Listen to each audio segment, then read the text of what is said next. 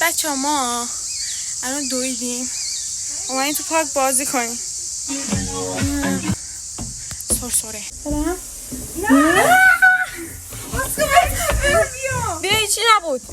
بچه از اینجا بالا سخت، خیلی سخت.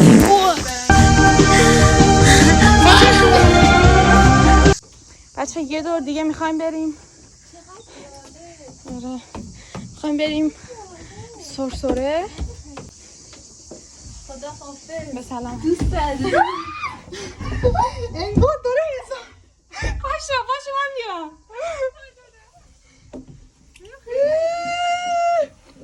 واه گرمه. بچه کتونیامو تازه خریدم برای دویدنه. کف کنیم. رقصیدیم تو این جهان تنگ بنا شده، این ارواح مقروق مردگان رها شده.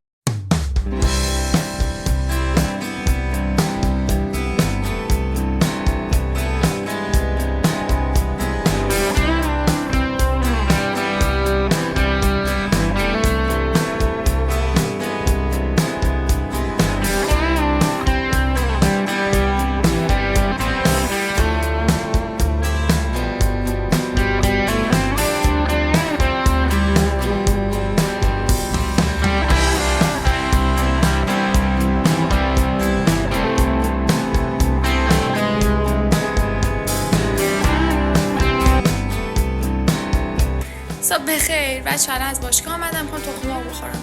همین.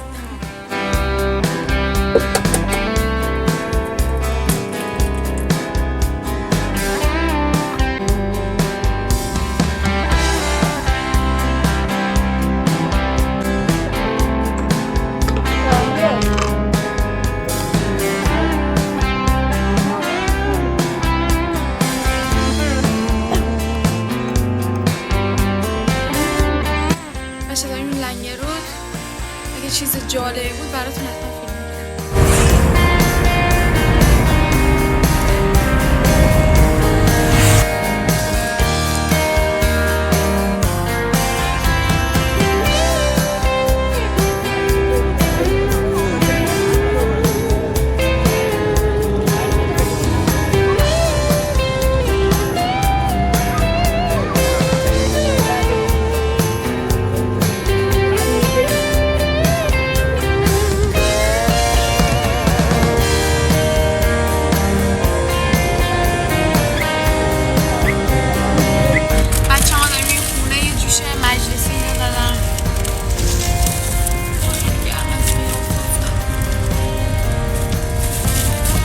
سلام بچه ها. امروز حوصله نداشتم باشگاه نرفتم. یه جوش مجلسی هم که اینجا زدم خیلی وضعیتش داغونه. بعد اینکه الان ساعت فکر کنم 9:30 بعد دارم خونه رو تمیز میکنم. احساس میکنم نیاز داشتم خونه رو تمیز کنم تا اینکه برم باشگاه. بعد این پشت رو تمیز کردم، الان بهتون نشون میدم. الان خواهم آشپزخونه رو قشنگ تمیز کنم. این پشت رو تمیز کردم، همه رو چیندم.